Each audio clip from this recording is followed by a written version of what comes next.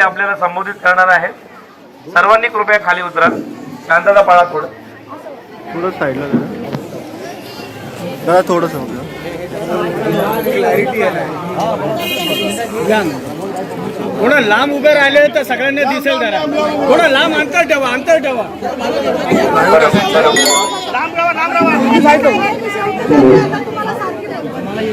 सारखी तुम्हालाच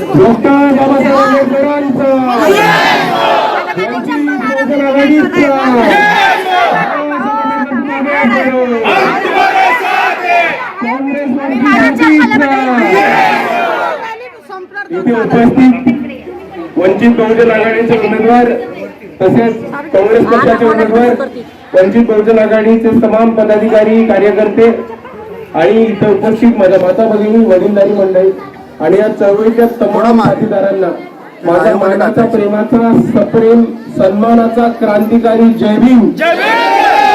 मित्रांनो, मी आपला जास्त वेळ घेत नाही, पण डायरेक्ट मुद्द्यावरती येतो. आज वंचित बहुजन आघाडी आणि काँग्रेसची युती ही म्युन्सिपल कॉर्पोरेशन महानगरपालिकेच्या निवडणुकीमध्ये मुंबईमध्ये घोषित झाली आणि वंचित बहुजन आघाडी आणि काँग्रेस पक्ष हा पूर्ण ताकदीने या निवडणुकीमध्ये उतरलेला आहे.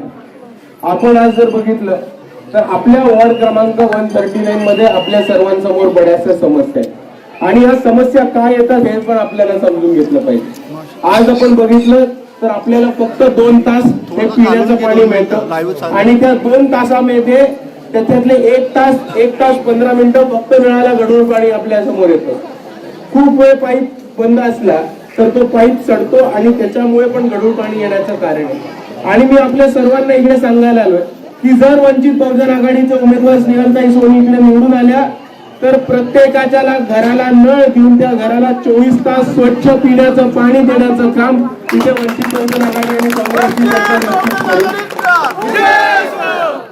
त्याचबरोबर जर आपण बघितलं असेल तर आपल्या एरियामध्ये खूप मोठ्या प्रमाणावरती इकडच्या सत्ताधाऱ्यांनी आणि नेत्यांच्या गावगुंड्यांनी आपल्या पोरांना व्यसनाच्या मार्गावरती लावलेले. ड्रग्स आणि वेगवेगळे व्यसन हे आपल्या एरियामध्ये खूप मोठ्या प्रमाणात चालतात. पण आपल्या सर्वांना माझ्याहून चांगलं माहिती असेल की गोवंडी परिसर असो, शिवाजीनगर परिसर असो, मानकुत परिसर असो, इकडे ड्रग्स सप्लाय कोण करतं? इथलेच नेते करतात. मी नाव घेऊन बोलतो. इथे मॅक्सिमम ड्रग्स सप्लाय जो आपल्या एरियामध्ये होतो तो समाजवादी पार्टीचे अबू आझमी आणि त्यांचे कार्यकर्ते करतात. बरोबर? आणि आता त्याच्यामध्ये युपी वरनं येऊन फहाद अहमद यांची भरती सुद्धा झालेली आहे. पण आपण एक गोष्ट समजून घ्या की आज आपल्या विरोधामध्ये समाजवादी पक्ष उभा आहे आणि मी इकडे आपल्या सर्वांना एवढंच विचारतो की जर वंचित बहुजन आघाडीच्या विरोधामध्ये एक ड्रग्ज विकणारे आणि ड्रग्ज सप्लाय करणारे नगरसेवक आले तर आपल्याला चालणार आहे का? आणि म्हणून मी आपल्याला म्हणतो की या ड्रग्ज विकणाऱ्यांना बाहेर ठेवणं ही आपल्या सर्वांची जबाबदारी आहे आणि कोणत्याही परिस्थितीत आपले नगरसेवक ड्रग्ज थांबवण्याचं काम करतील.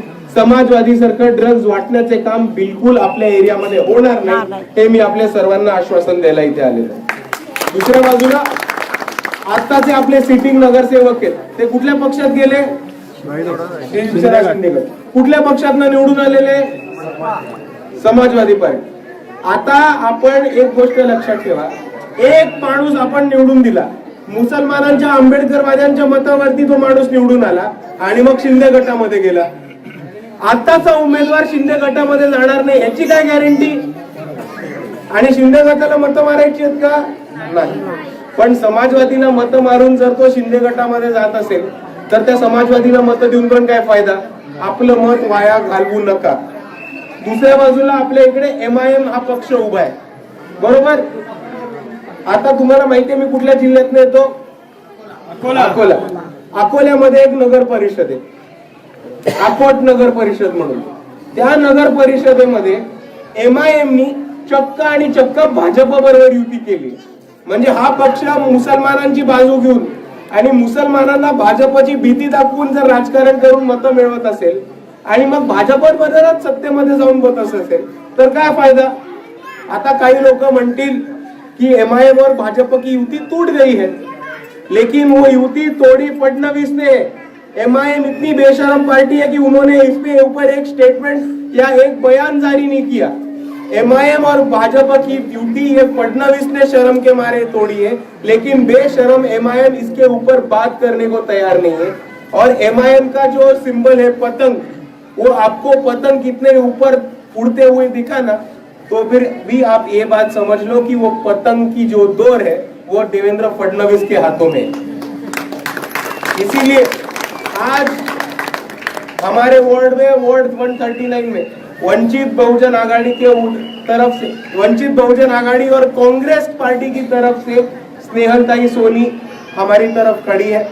और मैं आप सभी को यही कहना चाहता हूँ की आप सबके घर को पाणी देणे का काम, तुमच्या घराला विजेचं मीटर देऊन ते विजेचं मीटर तुमच्या नावावरती करण्याचं काम, ज्यांचा ज्यांचा 500 स्क्वेअर फूट पर्यंत घर आहे त्यांचं घर तुमच्या नावावरती करण्याचं काम, आणि आपल्या वॉर्डामध्ये जी महानगरपालिकेची शाळा आहे ज्याची अवस्था खूप वाईट झाली आहे, ती शाळा सुधारून तिथे कॉम्प्युटर, ब्लॅकबोर्ड, बेंचेस सारख्या सुविधा उपलब्ध करून प्रायव्हेट मध्ये मिळतं त्या दर्जाचं मोफत मध्ये इंग्लिश मध्ये शिक्षण देण्याचं काम हे स्नेहलताई आपल्या वॉर्डामध्ये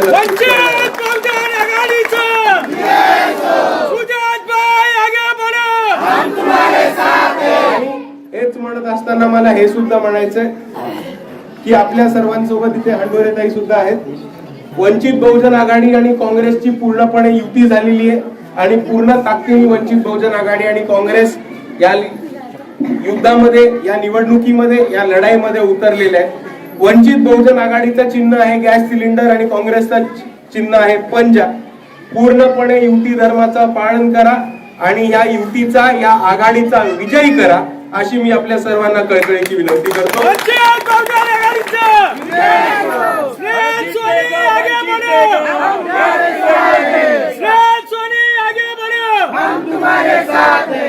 आणि एवढंच म्हणून मला आपल्याला एक गोष्ट सांगायची की एका बाजूला आपल्या विरुद्ध धर्मांध ताकद भाजपच्या स्वरूपाने उभे आणि आपण इतके वर्ष विचारत होतो की भाजपला हिंदुत्वाचा ठेका कोणी दिला, तर आज दुसऱ्या बाजूला मराठीचा भाषावाद उभा केलाय।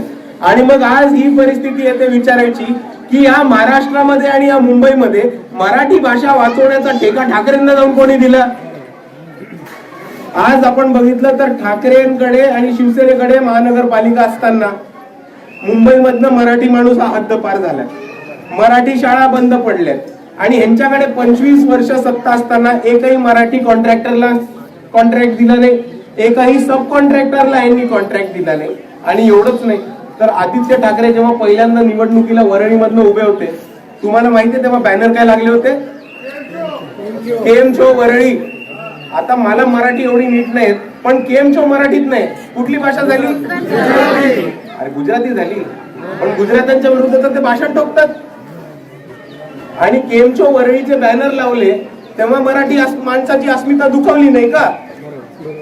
म्हणून एक गोष्ट समजून घ्या की हे यांनी फुकटचं नाटक केलंय स्वतःचा पक्ष आणि स्वतःच्या भावाचा पक्ष टिकवून ठेवण्यासाठी।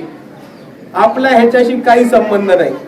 तुम्हाला अजून थेट बोलतो की आज भाषावाद वापरून हे आपल्याला अडकवत ठेवत आहेत, पण जेव्हा बाळासाहेब ठाकरेंनी जेव्हा विधान केलं होतं की घरात नाही पीठ पण ह्यांना यांच्या नावावर पाहिजे विद्यापीठ, तेव्हा कुठल्या भाषेत केलं होतं, मराठीमध्ये।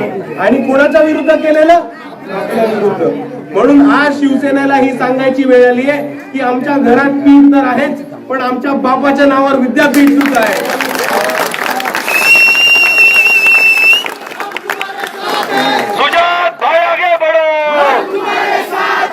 आणि दुसऱ्या बाजूला मला आपल्या सर्वांना सांगायचंय की सोमनाथ सूर्यवंशी हे मराठी होते, त्यांना मारणारे पोलीसवाले मराठी होते, अक्षय भालेराव मराठी होते, त्यांना मारणारे पोलीस मराठी होते, भीमा कोरेगाव वरती ज्या आंबेडकरवाद्यांनी मार खाल्ला ते मराठी होते, आणि त्यांच्यावरती हल्ला करणारे संभाजी भिडे आणि त्यांची गुंडे सुद्धा मराठी होते।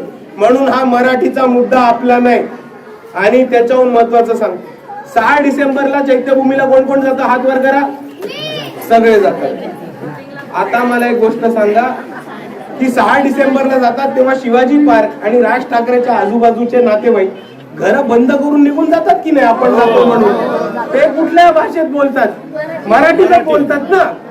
मग आता ह्यांची मराठी अस्मिता एका बाजूला टिकवून ठेवायची आणि आपल्याशी जातीवाद करायचा, हे आपण खपवून घेणार आहोत का?